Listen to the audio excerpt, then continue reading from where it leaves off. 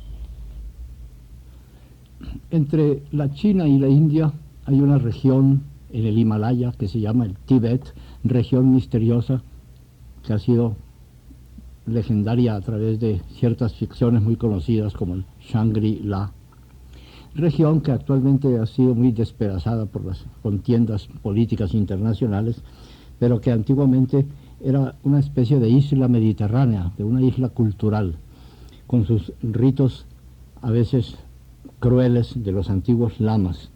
La música del Tíbet es muy característica por su sentido profundo y sombrío. Es un pueblo taciturno y así lo vamos a escuchar en el ejemplo primero, que del Tíbet vamos a escuchar un ejemplo triple que contiene, en primer lugar, un conjunto instrumental lamaísta, es decir, religioso de los lamas o sacerdotes del Tíbet. Un canto de los lamas y un himno cantado por dos monjas budistas. Esta música, aun cuando está muy influida en cierto modo por la de la China de un lado y por la de la India por otra parte, tiene características altamente distintivas por ser la música monástica del rito de los lamas budistas. Las orquestas de los templos consisten especialmente en un gran oboe cónico llamado Ryaglin, con 7 huecos equidistantes y con unos cornos o trompetas sumamente largas, muy semejantes a los que usan los campesinos y los pastores de los Alpes suizos. La parte de percusión muestra siempre un molde rítmico muy persistente, muy seguido, como lo vamos a ver más tarde en ciertos tipos de la música occidental. Esto en cuanto al primer ejemplo. En cuanto al segundo, se observará que el canto litúrgico es siempre en voz muy grave, que las voces se mueven dentro de intervalos muy poco distanciados y acompañados por percusión, que en este caso son un tambor y 2 campanas.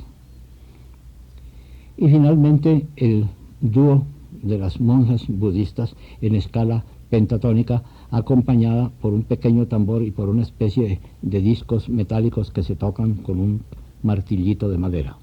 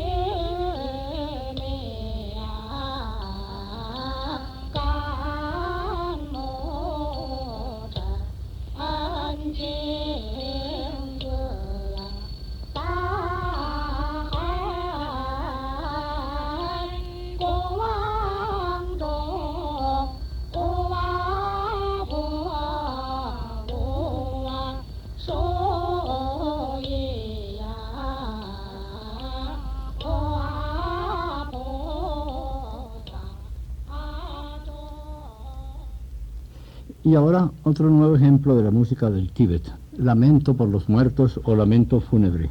Los lamas cantan a unísono con instrumentos de percusión y con campanas. El canto fúnebre o lamento por los muertos de los lamas se ha oído a través de muchísimos años o siglos. Es un canto monótono en voces bajas, de bajos profundos, tan impresionantes que casi podría decir que es siniestro.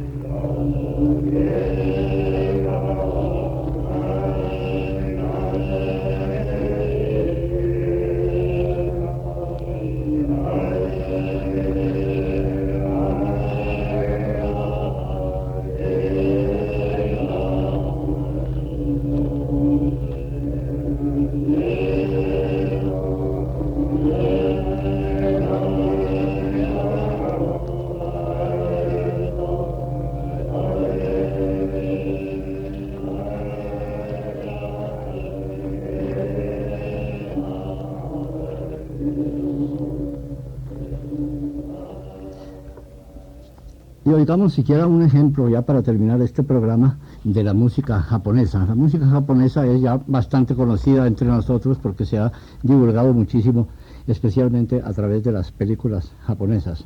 El ejemplo que vamos a escuchar se llama El canto de los marineros.